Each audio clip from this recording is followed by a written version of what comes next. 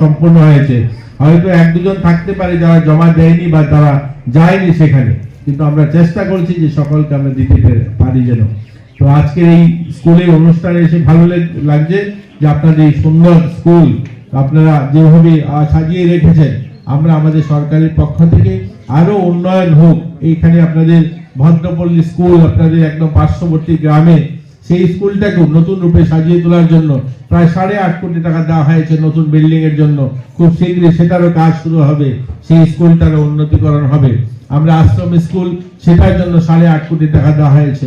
গোটা রাজ্যে school infrastructure, স্কুলের ছাত্রছাত্রীদের কথা ভেবে আমাদের সরকার কাজ করছে যেন শিক্ষা ক্ষেত্রে এবং আমাদের খেলাধুলায় যেন আমাদের ছেলেমেয়েরা স্বাস্থ্য ক্ষেত্রে কোনো ত্রুটি না থাকে, এই সরকারের সেই প্রয়াস নিয়ে সরকার কাজ করছে। যাই হোক, সকলকে আবার শুভেচ্ছা অভিনন্দন জানিয়ে আমি আমার আলোচনা শেষ করলাম। জয় হিন্দ।